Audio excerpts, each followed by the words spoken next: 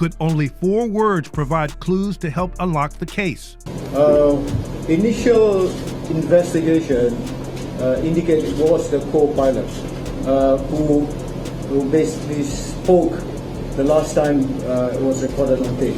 But those weren't the last words. The report was wrong. 2 weeks later, authorities issued a stunning correction. And now, over a decade later, new breakthrough technology may have finally tracked MH370's exact path, revealing a chilling 20-minute secret that could solve aviation's greatest mystery. Here's what we discovered.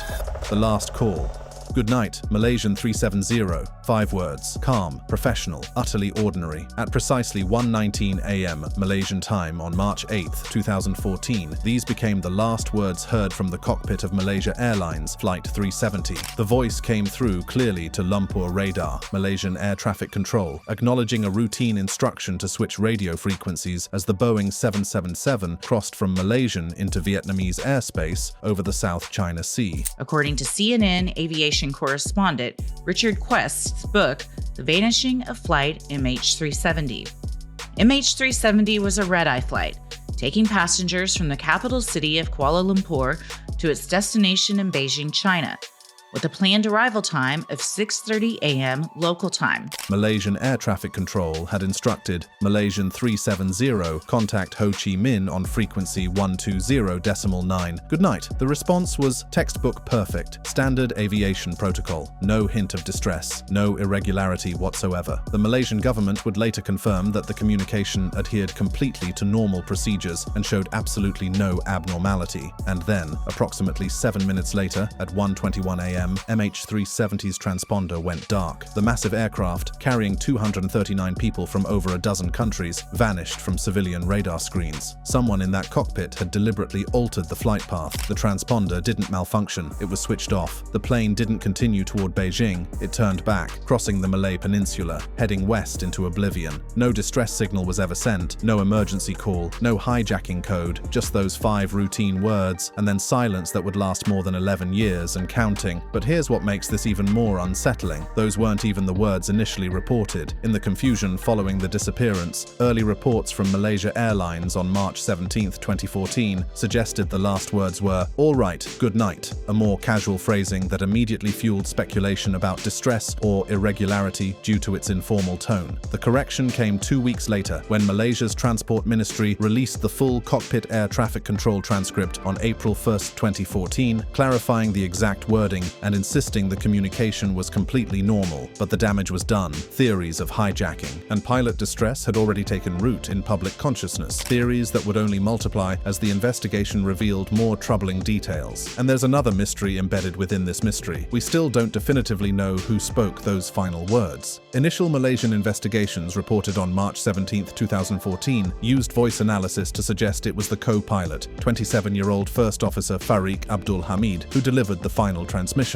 However, later accounts, including summaries of the official transcript, attribute the transmission to the captain, 53-year-old Zahari Ahmad Shah. The official transcript itself doesn't explicitly identify the speaker, and Malaysian authorities have never provided further clarification beyond those early analyses. Let me take you back to that night to understand who these 2 men were and what was about to unfold. Kuala Lumpur International Airport, just after midnight, the air thick with humidity. Flight MH370 sat at the gate, a massive Boeing 777-200ER, one of the most reliable aircraft ever built. This particular plane could carry up to 282 passengers, but tonight it was relatively light with 227 passengers and 12 crew members preparing for the 6-hour journey to Beijing. The passenger manifest read like a United Nations directory. Over 2/3 were Chinese nationals, 153 people returning home or traveling for business. There were Malaysians, Indonesians, Indians, Americans, Canadians, French citizens, and passengers from over a dozen other countries. Young couples on honeymoons, engineers heading to conferences, families reuniting, each with their own story, their own reason for choosing this particular red-eye flight. 4 ticketed passengers never showed up, their seats reassigned. In hindsight, those 4 people made a decision that would save their lives. But 2 other passengers boarded using stolen passports, a detail that would spark immediate speculation about terrorism, though investigations would later determine these individuals were likely just migrants trying to reach Europe illegally, not terrorists. In the cockpit sat the 2 men whose names would become forever associated with this tragedy. The captain was 53-year-old Zahari Ahmad Shah.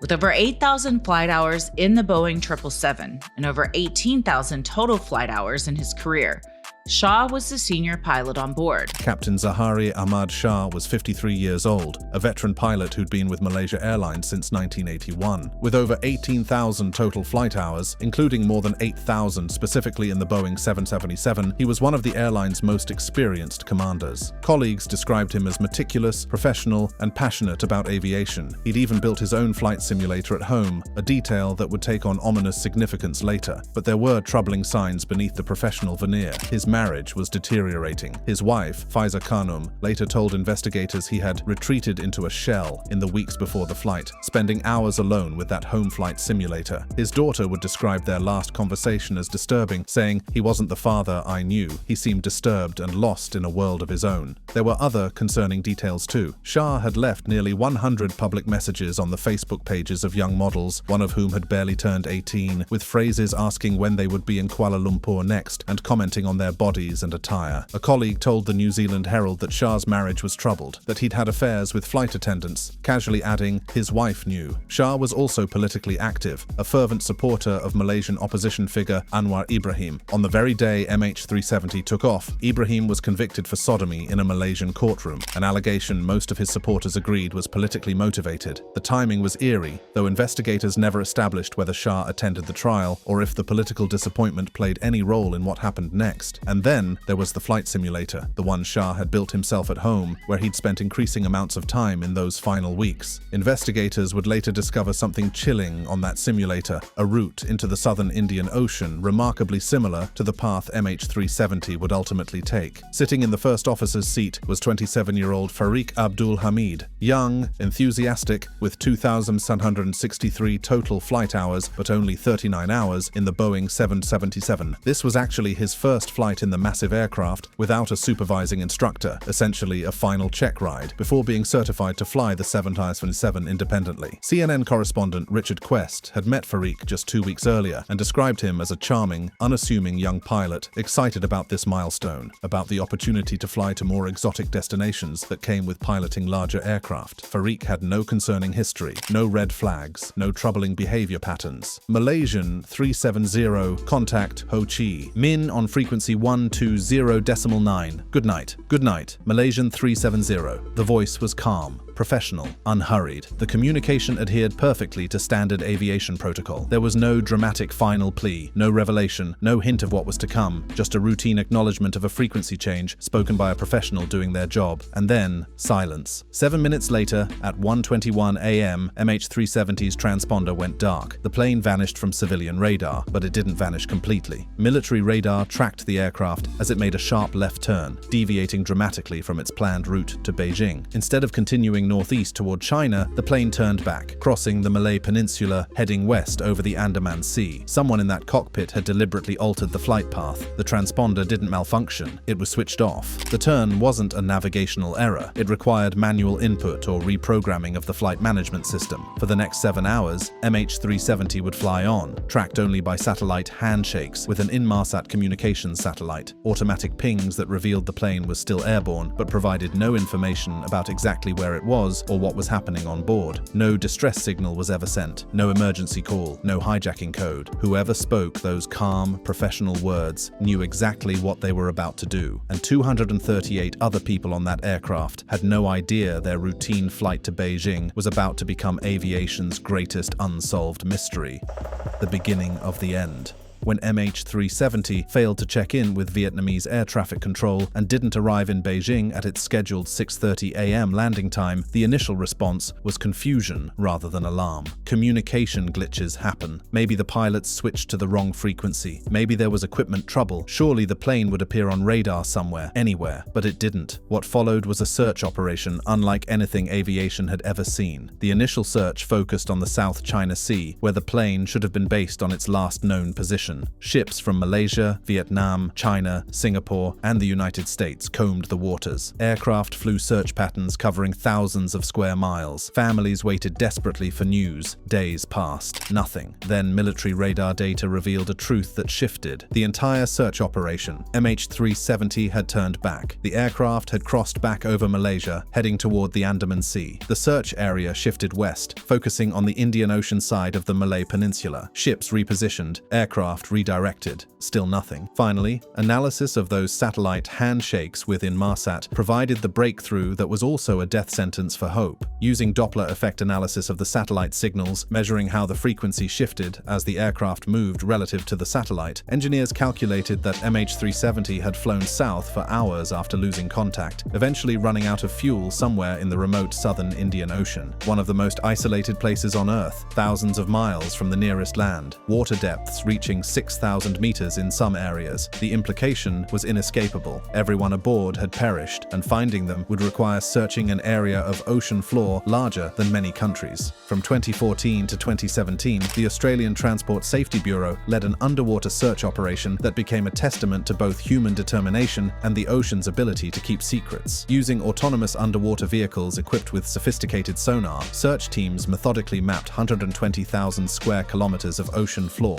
an area roughly the size of England, in water depths reaching 6,000 meters. The searchers found shipwrecks from centuries past. They mapped geological features never before seen by human eyes. They discovered a 19th century anchor resting on the sea floor. They catalogued underwater mountains and valleys and plains, but they didn't find MH370. In January 2017, after nearly 3 years and over $200 million spent, the search was suspended without finding the main wreckage. For the families who'd waited years for answers, it was crushing. For the investigators who'd devoted their careers to solving this mystery, it was agonizing. In 2018, a private company called Ocean Infinity resumed the search under a no-find, no-fee contract. They would only be paid if they located the wreckage. Using even more advanced technology, they scanned an additional 112,000 square kilometers. Month after month, the autonomous vehicles descended into the darkness, their sonar painting pictures of the ocean floor, searching for any sign of a Boeing 777. Again, nothing. But while the main wreckage remained elusive, pieces of MH370 began washing ashore on distant beaches, confirming what the satellite data had suggested. In July 2015,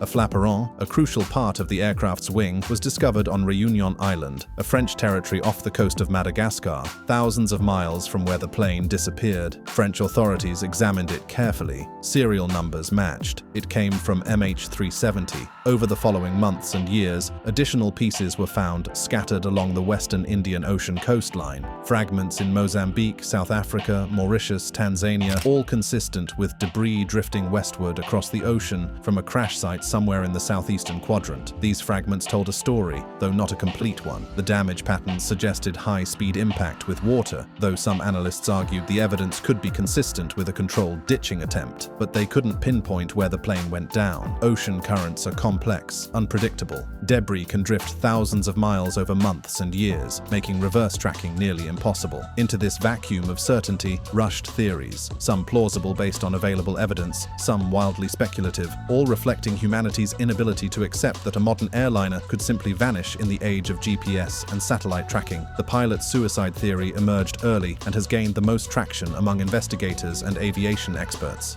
The circumstantial evidence is substantial. Captain Shah's home flight simulator contained a route into the southern Indian Ocean, remarkably similar to MH370's final path, discovered by FBI forensic analysis of his computer. The deliberate nature of the aircraft's deviation from its planned route suggests someone with extensive piloting knowledge and access to the cockpit controls. Shah's personal life showed multiple signs of crisis: the deteriorating marriage, the concerning behavior toward young women, the withdrawal his family described in those final weeks. His favored political leader was convicted the same day MH370 disappeared. Former Australian Prime Minister Tony Abbott stated in 2020 that top Malaysian officials believed from early on it was a murder-suicide, though publicly they couldn't say so. The political and financial implications were too severe, yet no suicide note was ever found, no manifesto, no final message explaining why. And investigators note this isn't uncommon in aviation murder-suicides. Pilots who commit these acts rarely leave explanations.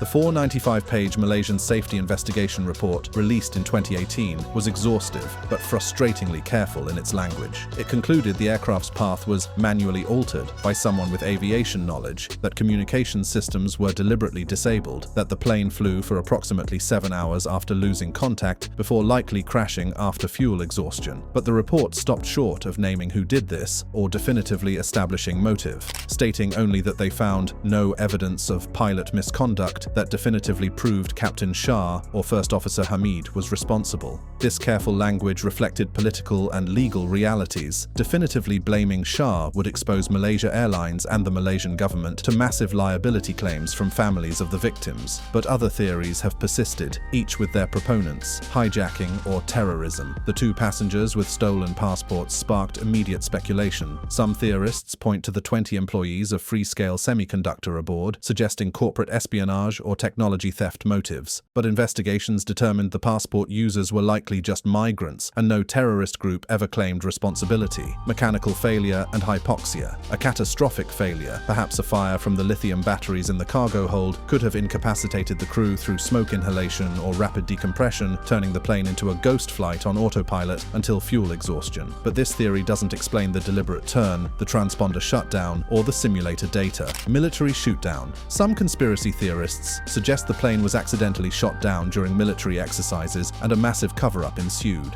No evidence supports this, and it contradicts the satellite data showing hours of continued flight. And then there are the truly outlandish theories: alien abduction, UFO involvement, secret government facilities. Viral videos have circulated online claiming to show the moment MH370 disappeared, featuring strange orbs and portals. All have been thoroughly debunked by investigators and video analysts as CGI hoaxes using stock footage and special effects. But in 2024 and 2025, 2 new theories emerged that have reinvigorated hope for finding the aircraft. In August 2024, Dr. Vincent an Australian oceanographer from the University of Tasmania, announced via LinkedIn that he believed he'd found MH370's location using bathymetric analysis. Line's theory centers on a geological feature called the Broken Ridge, an underwater volcanic plateau in the Indian Ocean with steep escarpments and deep trenches. Using data from the general bathymetric chart of the oceans, Line identified what he called a bright pixel anomaly in the ocean floor mapping, a single point of data suggesting something man-made or unusual on the sea floor. The coordinates: approximately 33.2 digs, 100.27 dig E, about 1,500 kilometers west of Perth, at a depth of around 5,750 to 6,000 meters. Line dubbed it the Penang Longitude Deep Hole,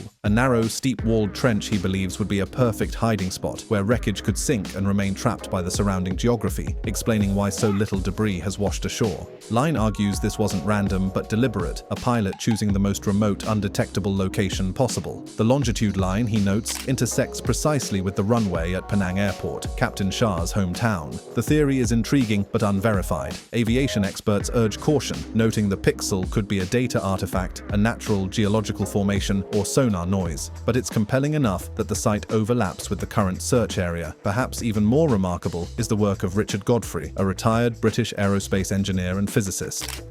You believe you know exactly where MH370 is? That's correct, yes.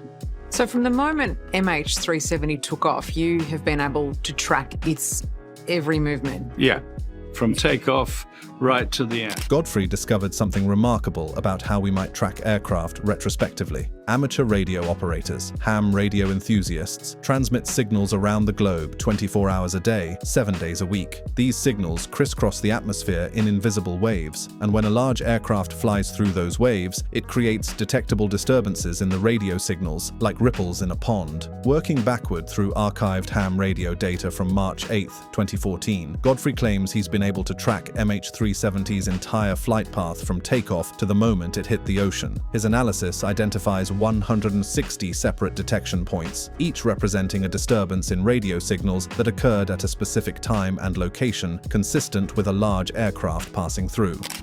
I'm looking to try and detect anomalies in the signals reflected back from an aircraft. You can follow that data and you can see where an aircraft may have disturbed the radio signals, and you can pick up those disturbances. What makes Godfrey's work particularly compelling is that his reconstructed flight path mirrors the satellite handshake data that's already been verified, but with far more precision and detail. And it reveals something extraordinary that the satellite data alone couldn't show. 3 hours into the flight, after turning south over the Indian Ocean, MH370 entered a holding pattern for 20 minutes, essentially circling in the sky.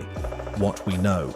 While investigators analyze data and debate theories, while autonomous vehicles scan the ocean floor and engineers review radio signals, there's a human dimension to this tragedy that often gets lost in the technical discussions, but never goes away for those who lived through it. Danica Weeks' husband, Paul, was on MH370. For more than 11 years now, she's lived in a state of suspended grief, unable to move forward because there's no grave to visit, no funeral to attend, no memorial service to mark the end, no definitive answer about what happened to the man she loved, the father of her children. She's not alone in this limbo. 153. Chinese families lost loved ones, mothers, fathers, sons, daughters, grandparents. Malaysian families, Indonesian families, Indian, American, Canadian, French families. Families from across the world, united by a tragedy that defies comprehension and resolution. One Chinese relative captured the agony in a statement that appeared in news coverage. "We haven't even had any kind of memorial. I didn't even get to walk through a church with his photo and light a candle and kind of say this is over. No closure, no answers, no peace. Just an endless waiting, punctuated by false hopes and disappointing updates." These families have become advocates despite never wanting that role, demanding transparency from governments that have often been frustratingly opaque, pushing for continued searches when budgets and political will fade, refusing to let the world forget. In March 2025, families held vigils marking the 11th anniversary, still searching for answers, still demanding action. The wait has been made more agonizing by the careful, politically motivated language of official reports. The 495-page Malaysian Safety Investigation Report, released in 2018, was exhaustive in its technical analysis, but frustratingly inconclusive in its ultimate findings. The report confirmed what investigators already knew. The aircraft's path was manually altered by someone with aviation knowledge. Communication systems were deliberately disabled. The plane flew for approximately 7 hours after losing contact, before likely crashing after fuel exhaustion in the southern Indian Ocean.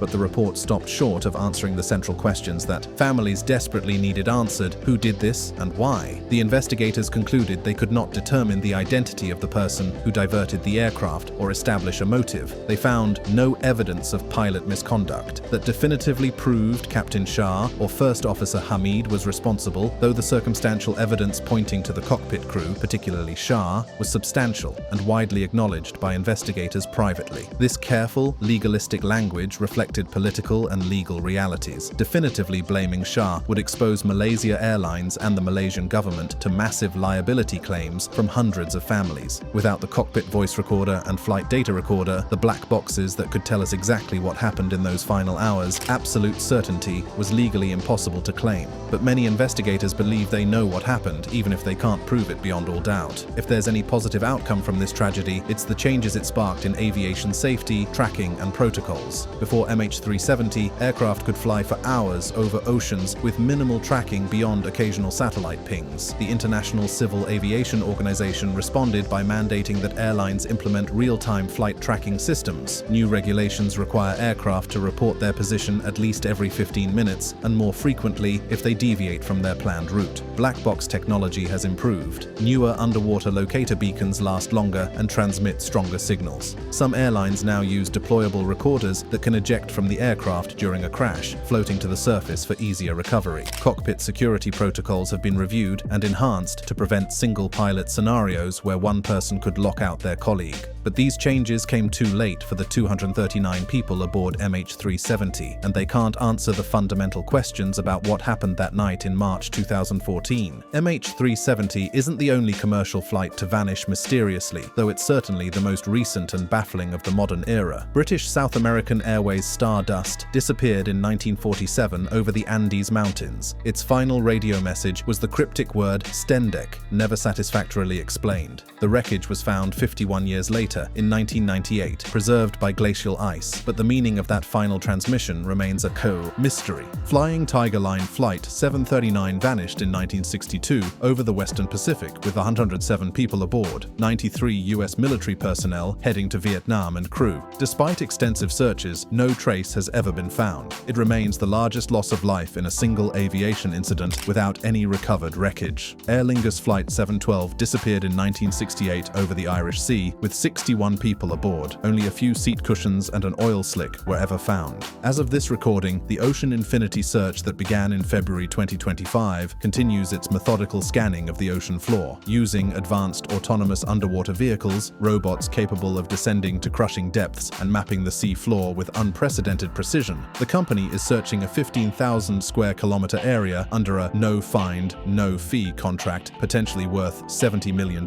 if they locate the wreckage. The search is expected to last 18 months. If Richard Godfrey's ham radio analysis is validated through peer review, or if Vincent Line's broken ridge theory proves accurate, the search area could be refined further, dramatically increasing the chances of success. Peter Foley, who led the original Australian search operation for 4 years and remains obsessed with finding MH370, is cautiously optimistic. But sometimes, despite exhaustive investigations spanning years, despite hundreds of millions of dollars spent, despite advanced technology and the dedication of brilliant investigators, despite the desperate need of hundreds of grieving families, the answer remains frustratingly, agonizingly out of reach, somewhere in the dark depths of the ocean. The ocean keeps its secrets. The black boxes that could provide definitive answers remain lost, and 239 families continue their vigil, waiting for the day when their loved ones might finally be found and brought home, when the mystery might finally be solved, when they might finally have permission to grieve completely and begin the process of moving forward. Until that day comes, those 5 words remain suspended in time, a routine transmission that became an epitaph, marking the invisible boundary between normal life and incomprehensible tragedy. Good night, Malaysian 370, a calm, professional farewell that became the last communication from one of aviation's greatest unsolved mysteries. The search continues through 2025 and beyond. Hope persists among investigators and families, flickering but never quite extinguished, and the world watches and waits, hoping the ocean will finally surrender its secrets and provide the answers that have eluded us for more than 11 years. Thanks for watching. Check out other card on the screen.